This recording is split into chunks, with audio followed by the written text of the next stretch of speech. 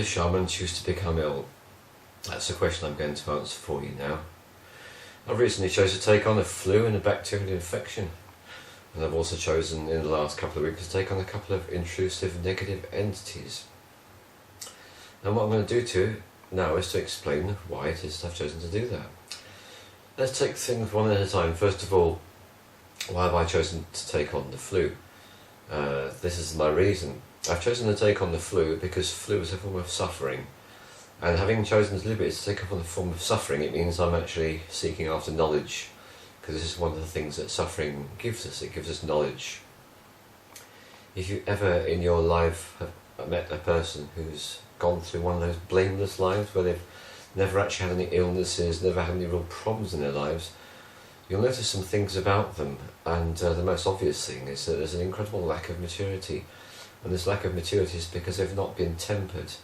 If you want to make a really strong sword, what you do is you take your iron and you put in your forge and you make it really red hot, and then you beat it over and over again, and they call this in metalwork tempering.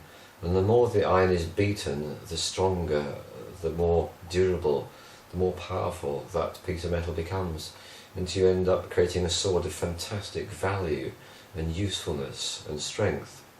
It's the same thing with human beings.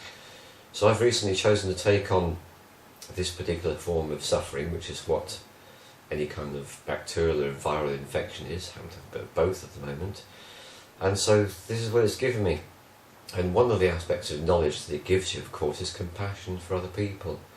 So it's very good for a healer every now and again to get a real blast of something unpleasant, so they can remember what it's like to feel ill, to what it feels like to feel sick, to feel in the power of some other force, whether it's a microbe or whether it's something else.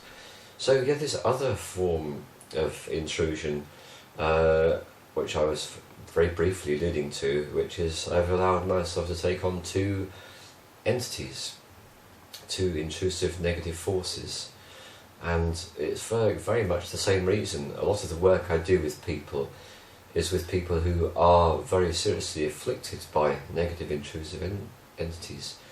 So by reminding myself of what it's like to have that, it gives me extra compassion, extra understanding of what it is that the person suffers, extra knowledge therefore. And with great pleasure that I banished both of them from my being, I feel immeasurably better as a result.